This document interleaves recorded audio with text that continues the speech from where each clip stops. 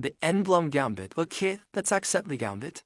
Now, my opponent developed his bishop, pointing towards my f2 pawn. Let's see if he knows what he's doing. Let me just develop my knight, Norman. Just Norman development. He plays f6, which means he doesn't know what he's doing because he's now exposing this diagonal, pointing towards his king. So what I'm going to do is I'm going to play e4 so that my queen could get access to that diagonal.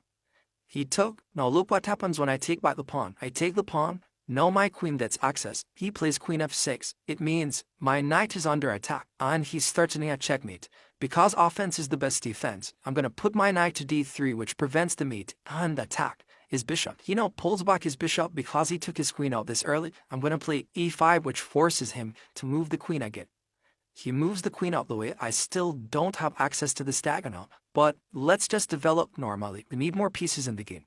He develops his knight, that's fine. Let's castle the king. Now, here's where he made his first mistake. My king is out the center, his king is in the center, so he's opening the position. I'm simply going to trade knight, and then his queen and king is going to be sitting on the same line. So I'm going to punish him for this by first get access to this diagonal that he shouldn't have opened up and check his king. And then once he blocks the check, attacks my bishop. You don't move the bishop. You play the move rook to e1, which pins his queen to his king. He then had to sack his queen. We take back the queen. Now we're winning. He blocked with his knight. My bishop is still under attack, but offense is the best defense. Don't move the bishop. We put our bishop on g5, applying pressure to the pin piece.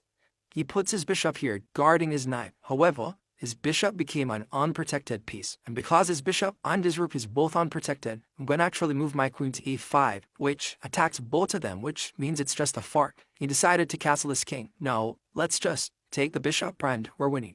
He took my bishop. Let's take his knight. Are we going for mate? He's attacking my queen. I want to set up some checkmate, so let's start by pulling back the queen.